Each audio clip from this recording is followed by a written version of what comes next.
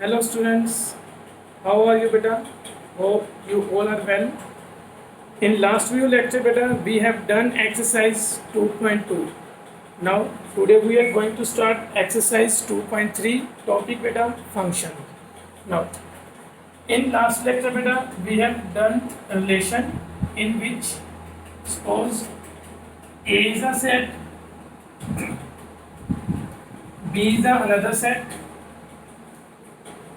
Suppose x1, x2, x3, x4 belongs to A and y1, y2, y3 belongs to B.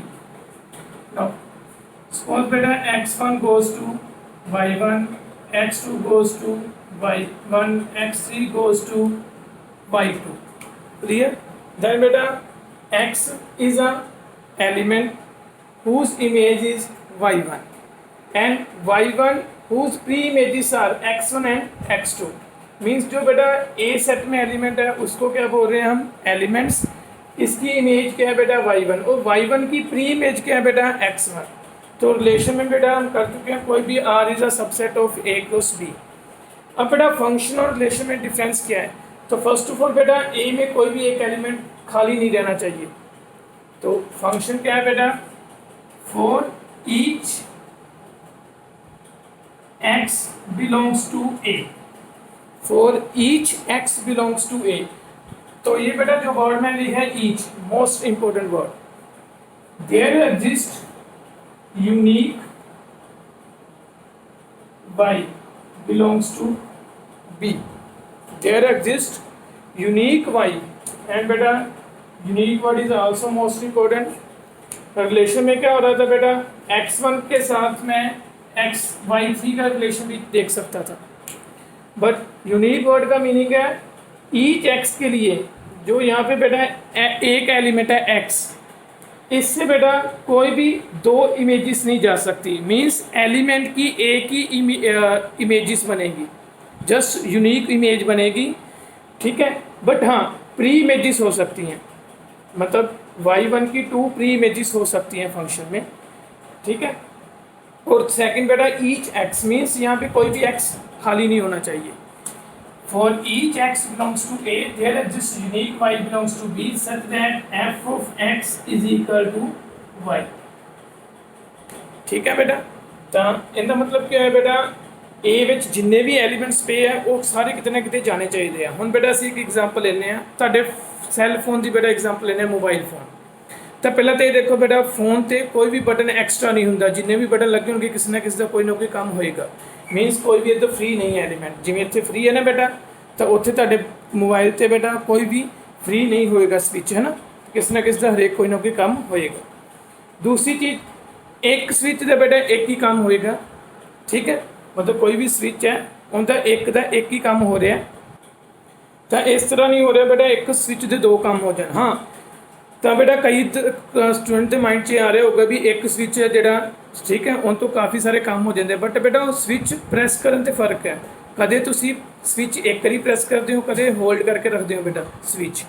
जिवें मान लो बेटा मेरे को सपोज जिवें पुराने फोन की गल करा, रैड बटन वाला स्विच है बेटा, उन्हें जो तुहाडी कॉल आई हुई है बेटा तो तुसी रैड बटन नप्पोगे तो की हो जाएगी, कॉल डिसकनैक्ट हो जाएगी। बट अदरवाइज बेटा तुसी जिथे भी कितने मान लो कॉल नहीं आई हुई तुहानू किसी होर फंक्शन या फीचर च फिरदे हो, जो रैड बटन बेटा प्रेस करोगे तो वह की हो जाएगा, फोन सीधा बेटा तुहानू होम स्क्रीन पर लै जाएगा, ठीक है। तो मतलब उनके फर्क हो गया बेटा एक की है तुहाडे कोल कॉल की ड्यूरेशन च तुसी हुण तुहाडी कॉल चलती पई होवे तुसी उदों बेटा रैड बटन नप्पोगे, कदे भी इदां नहीं होगा कि मेन फीचर चले जाए, तो उदों दा मेन काम की है बेटा फोन नू डिसकनैक्ट करना। एवें जे पुराने बेटा फोन की मैं गल करा जीरो नू प्रेस करी रखो तो नैट चल जाता सी, बट जो जीरो नू मैं एक बारी प्रेस करूँगा तो वह की हुंदा सी बेटा जीरो स्क्रीन पर शो होने लग जूगा मैनू, ठीक है।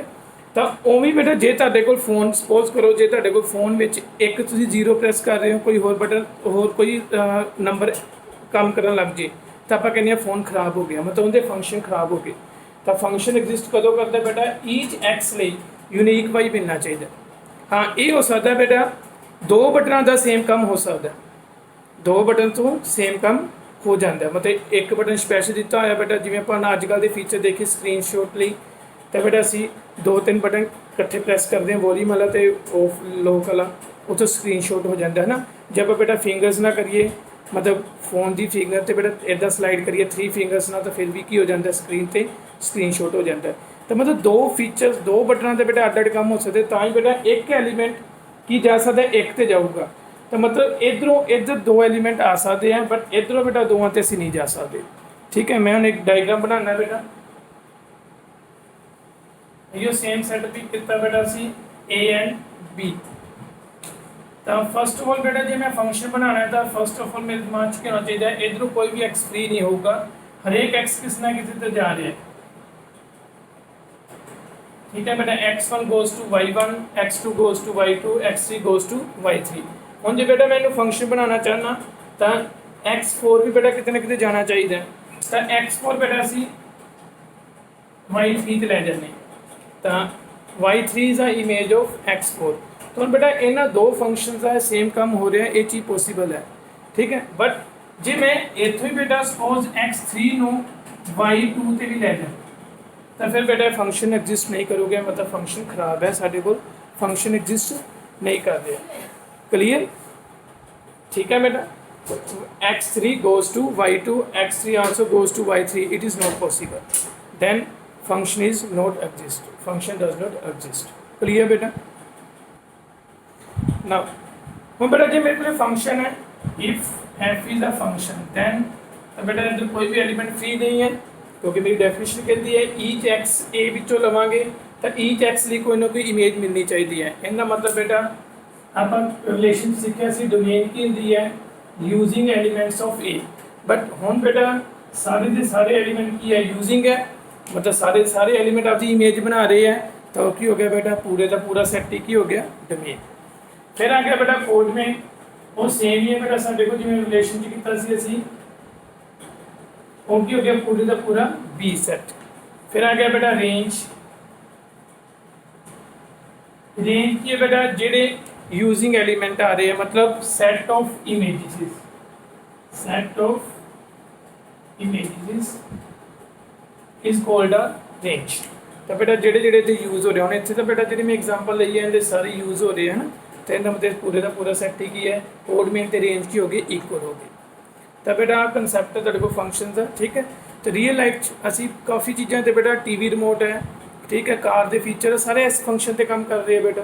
ठीक है, काफ़ी कुछ असी रियल लाइफ भी बेटा फंक्शन के बेस से करते हैं। चलो तो हम बेटा असी कुछ क्वेश्चन ट्राई करते हैं फ्रॉम एक्सरसाइज 2.3 NCERT बुक।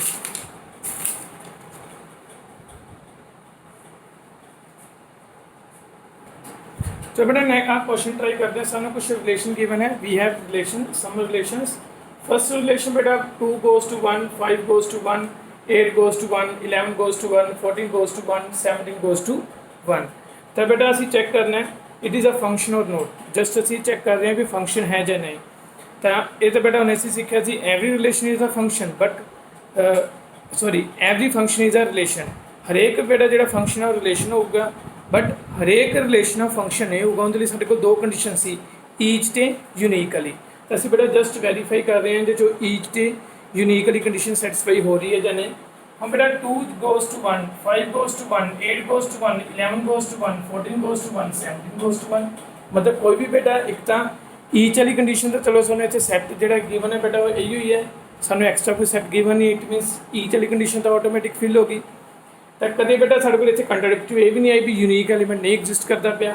2 वास्ते एक यूनीक ही 1 मिलता पे मैंने, 2 वास्ते कोई होर एलीमेंट तो नहीं मिल रहा, एवं 5 वास्ते 1 मिल रहा, कोई होर तो देखो 5 कितने नहीं जा रहा।